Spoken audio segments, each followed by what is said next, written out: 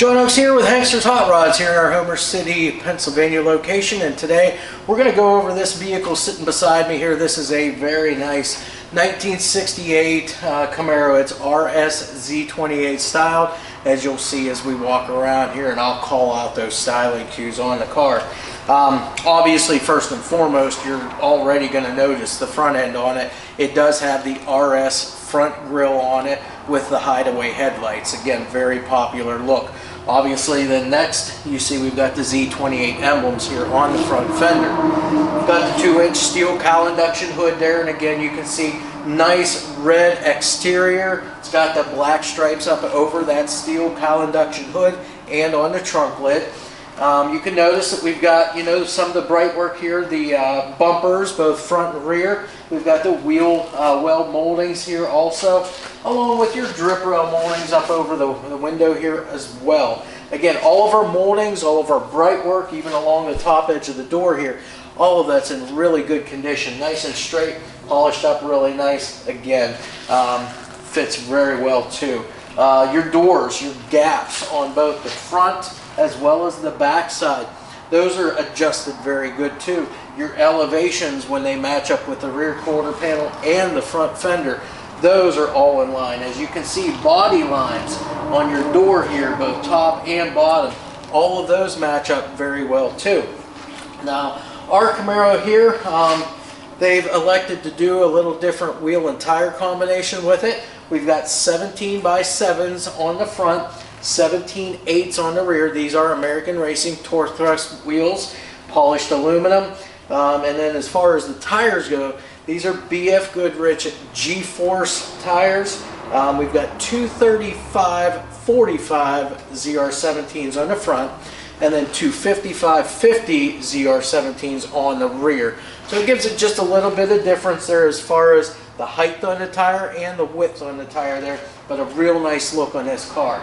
We've got mirror here on the driver's side, nice chrome mirror here, glass is in great shape, glass on the side of our door and our quarter window here. Those are all in great shape too, along with the trim on the quarter window. Your drip rail and your rain gutters here, as I feel through those, that's one thing I like to do just to make sure everything's nice and smooth up there, and it is on this car. We're going to open our door up, take a quick look inside as we walk around. You'll notice we've got the full black vinyl deluxe interior on this car. Seat belts, both front and rear. Buckets obviously up front with the factory 4-speed center console. Factory dash 2, 120 speedo in there. We do have the gauge pod there in the center console as well. And now it's an aftermarket gauge pod with some gauges in there. It looks like we're going to have probably the oil pressure gauge, water temperature, voltmeter, and possibly, I think, it's got a clock in it. So, nice little toucher, so you're going to be able to tell time. This car also has air conditioning. It's got a aftermarket Pioneer AM/FM CD player in it too. So again, it's got some modern amenities to it that's going to make it really enjoyable.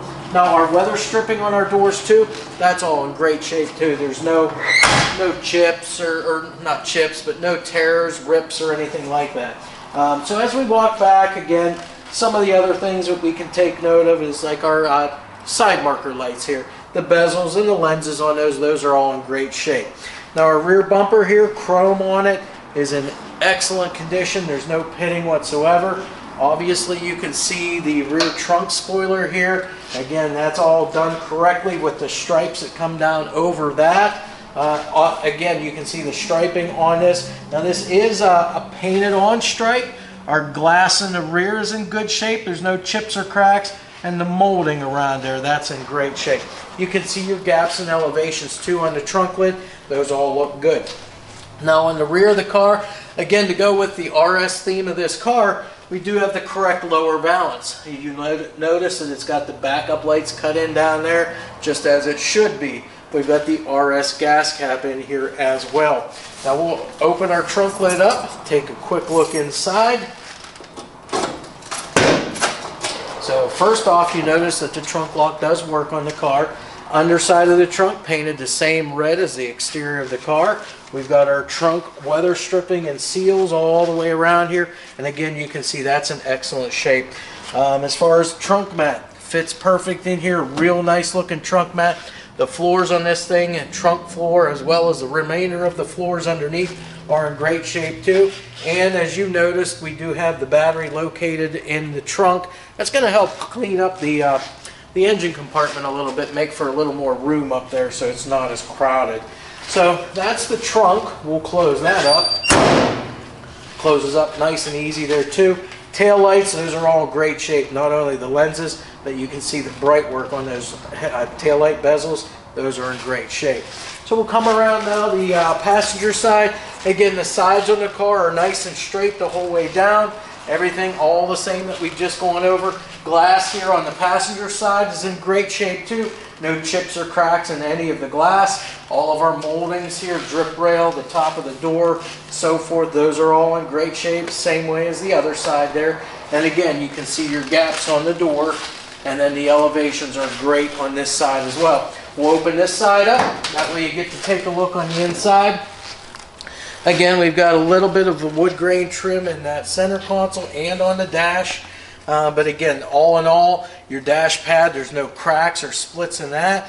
Your seat upholstery, no cracks or tears or anything like that in any of that. So again, interior overall condition is in great shape. Close that up. Again, you see it closes nice and easy, nice and flush with the door. As we come forward now, again, we just have the matching Z28 emblems up here on the front fender. And now we've made our way around to the front. So again, you see the chrome front bumper here. You see that RS front grille with the hideaway headlights that we talked about earlier. Down below here, you've got the black front air dam to complete the whole look of the car. The dash is all intact, or not the dash, but the grille is all intact here. There's no cracks in it or anything like that. So again, real nice looking front end on this car. We're going to go ahead and open up our hood now. So again, this is a steel 2-inch Cowl induction hood. We're going to open it up to reveal what we've got underneath here for a motor. And that is a small block Chevy 350. Now again, the underside of the hood's been painted the same as the exterior of the car. Nice shiny paint underneath here. Of course, the engine compartment's all been blacked out as they should be. So your motor, 350 cubic inch small block Chevy, it's got the chrome air cleaner on top. Looks like a reusable style air filter element on here. Underneath that's an Edelbrock 1407 4-barrel carburetor, and that one does not have an electric choke. Chrome valve covers. It is an Edelbrock air gap intake, but it's got the Enduro Shine finish on it. We've got power brakes, and this is a 4-wheel disc brake car, by the way, with the rear parking brake option. We've got power steering. We've got the factory AC right here. That's all hooked up with the belts all hooked up too. Chrome alternator and chrome alternator brackets over there. We've got an upgraded MSD distributor in it, with Accel 8mm plug wires, an Accel super coil, along with the MSD 6AL ignition box in there as well.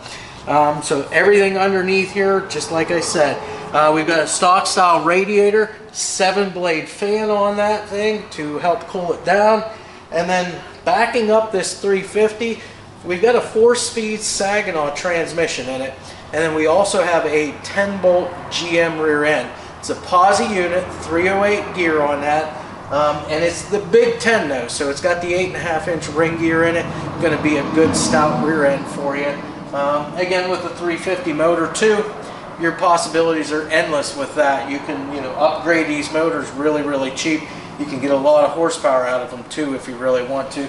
This thing runs great just the way it is. So that's pretty much it for this car, both on the outside, the inside, and under the hood. So now what we'll do is we'll go ahead and get this on the lift for you. We'll show you the underside, and we'll also fire up this engine so you get to hear what it sounds like. Alright, so I'm standing here underneath our nice red 1968 Chevrolet Camaro here. So we're going to go through the underside as we always do. Go over steering, suspension, drive line, frame, floors, and such. And that way you know exactly what we have underneath here. And then we'll go ahead. The last thing we do is drop it down and fire up that motor so you get to hear it. So starting up at the front with our frame and suspension. Of course, this is stock front cross member here. It's in good shape. Your A-arms here, both lower and upper. These are just your factory stamped steel components. This car does have a front sway bar on it. The sway bar mounts at the frame are in good shape. The sway bar end links look to be in great shape as well. Steering on this car, stock, just factory style steering. So your tie rods here, your ball joints on either end of each one of these are in good shape. The rubber dust boot covers, those are all intact so that they help hold the grease in, keep dirt and debris out, and everything looks like it's been maintained very well underneath this car. This is a power steering car. And then as far as braking components up front, power brakes, but we have disc brakes on all four corners of this car. So this thing should stop like a champ. Now, as far as our driveline, since I'm standing up here, we might as well start with that. We have a 350 cubic inch small block Chevrolet engine here. We've got a Saginaw. This is a 4-speed Saginaw though. It's got the aluminum bell housing. It does have the flywheel cover on the front of it too. So that's going to keep anything from getting in there and possibly chipping a tooth there. Now again, on our engine here, the oil pan, nice and dry. Transmission, nice and dry also. Now of course, we don't have a pan on a 4-speed per se, but we can look at our seals and so forth back here at the tail shaft, and everything's dry there. Drive shaft, it's a balanced unit. That's going to eliminate a lot of vibrations in the drive line.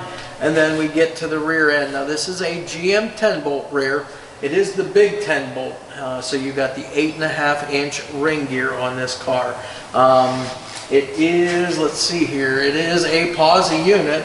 And it's got the multi-leaf rear suspension, just regular style shocks on it, both front and back. And of course, like I said, four-wheel drum or disc brakes on this car. Again, disc brakes all four corners.